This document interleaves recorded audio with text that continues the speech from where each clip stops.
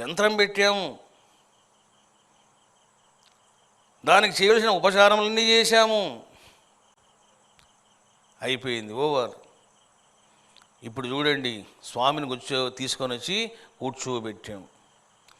మరి కూర్చోబెట్టి ఏం చేశాము? ఈరోజు నేత్రబంధనం చేసే ముందర 14 కుండాల్లో హవనం చేశాం. ఒక్కొక్క దేవత విగ్రహమూర్తి ముందు హోమకుండాన్ని ఏర్పాటు చేసి ఆ దేవతను స్తుతిస్తూ మనం చేశాం. ఎప్పుడైతే నువ్వు ఆ విధంగా చేస్తావో ద్రవ్యాలు, ఆ ద్రవ్యాలు పడినటువంటి యంత్రము, ఆ యంత్రాలు పడినటువంటి విగ్రహము, అందులో ఉన్నటువంటి జీవ చైతన్యము, దైవశక్తి ఇక మొదలవుతుంది. నేత్రబంధనం చేశాం.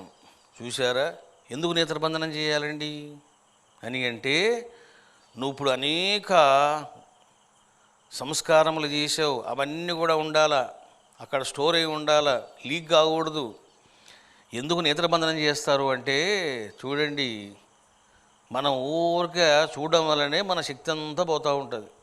మన శక్తి 2 రకాలుగా పోతుంది. ఒకటి చూడడం వలన ఊగా చూస్తుంటారు. ఎప్పుడు నువ్వు కళ్ళు మూసుకుంటావో మీ యొక్క పవర్ పెరుగుతుంది. మీకు తెలుసో లేదో, నువ్వు ఏం చేయనక్కర్లే. మీరు కావాల్సి చూడండి, రోజుకి మీరు నేత్రబంధనం చేసుకోండి. ఎలాగో ఊరికనే చూడకుండా ఉండలేదు కాబట్టి ఒక మంచి థిక్గా ఉన్నది నేత్రబంధనం కట్టుకోండి. నీ పవర్ పెరుగుతుంది. నువ్వు మాట్లాడితే నీ పవర్ బయటకు పోతుంది. నువ్వు మాట్లాడకుండా ఉండు. అసలు ఈ 2 చేస్తే అయిపోయింది కథ.